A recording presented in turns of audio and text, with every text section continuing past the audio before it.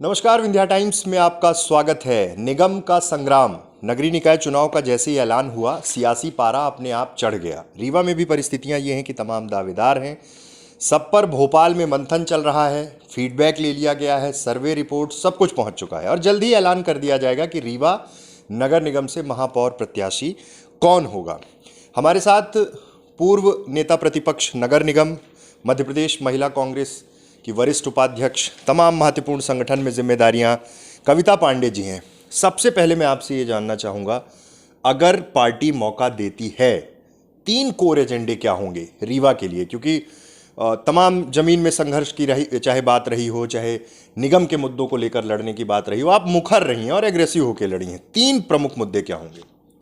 अमित भाई नमस्कार। विंध्या टाइम की टीम को मैं धन्यवाद करती हूँ कि आपने इस रीवा नगर निगम के जन सरोकार से जुड़े मुद्दों को उठाने की कोशिश करी है, तो शुक्रिया विंध्या टाइम्स को।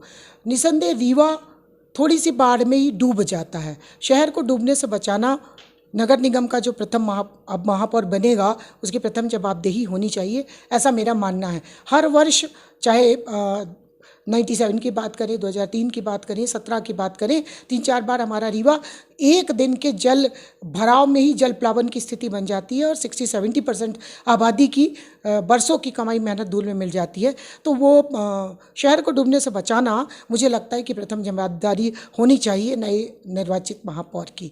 दूसरी जो संरचनात्मक इन्होंने लूट की है, भारतीय जनता पार्टी के मेयर लगातार बने रहे और इनके द्वारा प्रायोजित तरीके से पूरे शहर की ज़मीनों को कौड़ी कौड़ी खंड खंड कर अपने भू माफिया मित्रों को बेच दिया गया है। इस जो विशाल विकराल भस्मासुर तरीके का जो संरचनात्मक लूट है, उसको ध्वस्त करना भी निसंदेह आने वाले मेयर की जवाबदेही होनी चाहिए।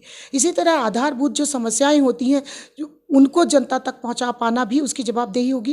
पेयजल हमारे रीवा जिले की बहुत बड़ी समस्या है, जो भारतीय जनता पार्टी का एक कमैया सरकार कह लो, रीवा विधायक और मंत्री की बात करें, उस मोहल्ले में एक प्रोफेसर कॉलोनी है और अगल बगल का इलाका जो कि मेरा भी घर है और मायका है, वहाँ आज भी पानी नहीं है, गंदा पानी आता है। नेहरू नगर हो, वरुण नगर हो, रीवा के खासतौर पर पुरानी रीवा में प्रतिदिन केचुए सांप निकलते हैं और गंदा पानी आता है नल से, और शहरवासियों को पेयजल अच्छा उपलब्ध हो, जिसको इन लोग अक्सर मीठा पानी कहते हैं, मैं मीठा नहीं कहूँगी, स्वच्छ पेयजल की उपलब्धता सुनिश्चित करवाना भी दायित्व होगा। मुझे कहते हुए दुख हो रहा है कि रीवा शहर में 9 ऐसे नाले हैं जो रीवा का मल निकालते हैं, रीवा के कॉलोनियों के मल निकासी का साधन है, वो जाकर बीहर बिछिया में सीधे खुल जाते हैं। अभी आप चले जाइए, चाहे बिछिया के किनारे जो जहाँ से पानी की सप्लाई होती है, तो वो आपको वहाँ पर बड़े बड़े मोटे मोटे पाइपों में लैट्रिन निकलती और जाती हुई दिखाई देगी। सीधे पानी में डाल दिया जाता है, उसके बाद उसमें क्लोरीन और LM और सब दवाई ववाई डाल के आपको वापस पानी भेज दिया जाता है। तो ये बहुत शर्मनाक है और रीवा जिले की जो 2.5 लाख आबादी है, उसके साथ बेशर्मी भरा खिलवाड़ है। तो इसकी भी निंदा करने के साथ साथ दायित्व होगा नए निर्वाचित का कि यदि पेयजल रीवा शहर के निवासियों को उपलब्ध कराए तो एक अच्छा काम होगा। बीजेपी का सीधे तौर पे कांग्रेस पर यह आरोप है कि जो भी किया है हमने विकास मॉडल, चाहे सड़क की बात हो, कल मेरी वीरेंद्र गुप्ता जी से बात हो रही थी तो उन्होंने कहा कि कांग्रेस और विकास एक साथ, ये शब्द भी अब इस्तेमाल नहीं हुआ, क्योंकि जितना भी व्यवस्थित विकास हुआ है वो बीजेपी के शासनकाल में हुआ है। इन्होंने तो जब इनके नगर निगम में महापौर थे कुछ काम नहीं किया, और जब हमारे आए और उनकी कभी सरकार रही तो सिर्फ रोकने का काम किया। और उसी मुद्दे को लेकर वो फिर जनता के बीच में आएंगे कि 2003 की स्थिति देख लीजिए क्या थी, गड्ढे में सड़क, सड़क में गड्ढा, पता नहीं चलता था, और हमने आज देखिए रोडों का जाल बिछा दिया है।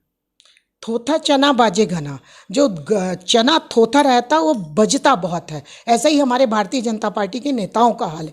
शहर में पेयजल की उपलब्धता मैंने बताई, रीवा से चौराटा से रतहरा मॉडल सड़क की दुर्गति देख लीजिए, आप लोगों का घर भी इसी रोड पर है। और वीरेंद्र भाई की बात ही क्या कहना, वो लगातार प्रयास करते रहते हैं, लेकिन अंत में भारतीय जनता पार्टी उनको ठेंगा और अंगूठा दिखाती है।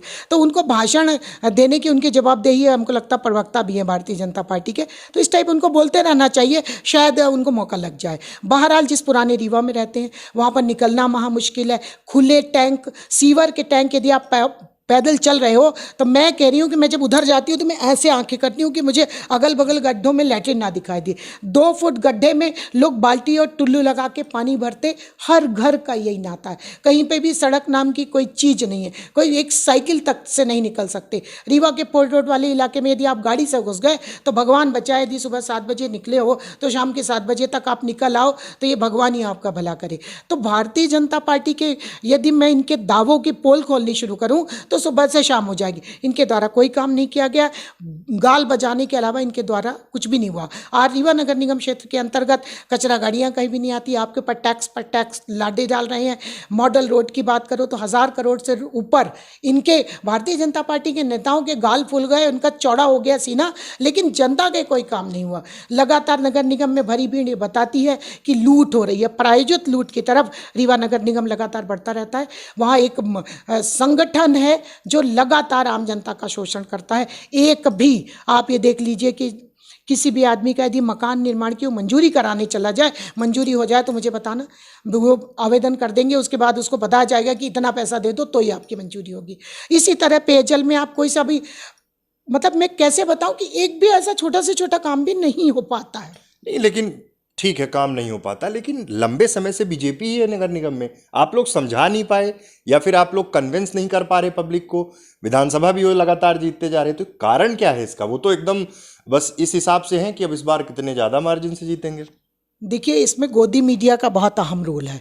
टीवी चैनल खोलो तो उसमें हिंदू मुस्लिम धर्म के नाम पर दिन भर 24 घंटे डिबेट दिखाई जाती है। इसके कारण जनता को समझ में नहीं आता कि आखिर हमारी मुसीबत क्या है। आज रीवा, मुझे कहते हुए दुख रहा है, कैंसर हब हो गया है। 164 जिलों में जो रिपोर्ट सबमिट की गई है उसमें रीवा कैंसर में नंबर 1 है। रीवा के हर दूसरे घर में एक आदमी को कैंसर है। तो आखिर ये किसकी जवाबदारी है? मेडिकल नशा है, बेरोजगारी है, महिलाएं घर से निकलती है तो उनकी चैन खींच ली जाती है, रोज़ छोटी छोटी बालिकाओं के साथ बलात्कार होता है। तो कुपोषण में हमारा रीवा जिला भी नंबर 1 बना हुआ है। तो भारतीय जनता पार्टी के नेताओं को ये जवाब देना चाहिए और उनको ये कहना चाहिए कि आखिर ये समस्या क्या है कि आप कुछ भी काम नहीं करते, आप गाल बजाने भर के अलावा आपने किया क्या है। आखिरी सवाल की ओर बढ़ रहा हूँ। टिकट कुछ दिन में अनाउंस होने वाले हैं, सब जोर आजमाइश कर रहे हैं। आपकी पार्टी में भी 2-3 दावेदार हैं। दावेदारी कितनी मजबूत है? क्योंकि निगम की लड़ाई तो लंबे समय से आप लड़ते आई हैं, पहले भी देखा गया, तमाम चुनावों में भी सक्रिय रहीं। दावेदारी कितनी मजबूत है?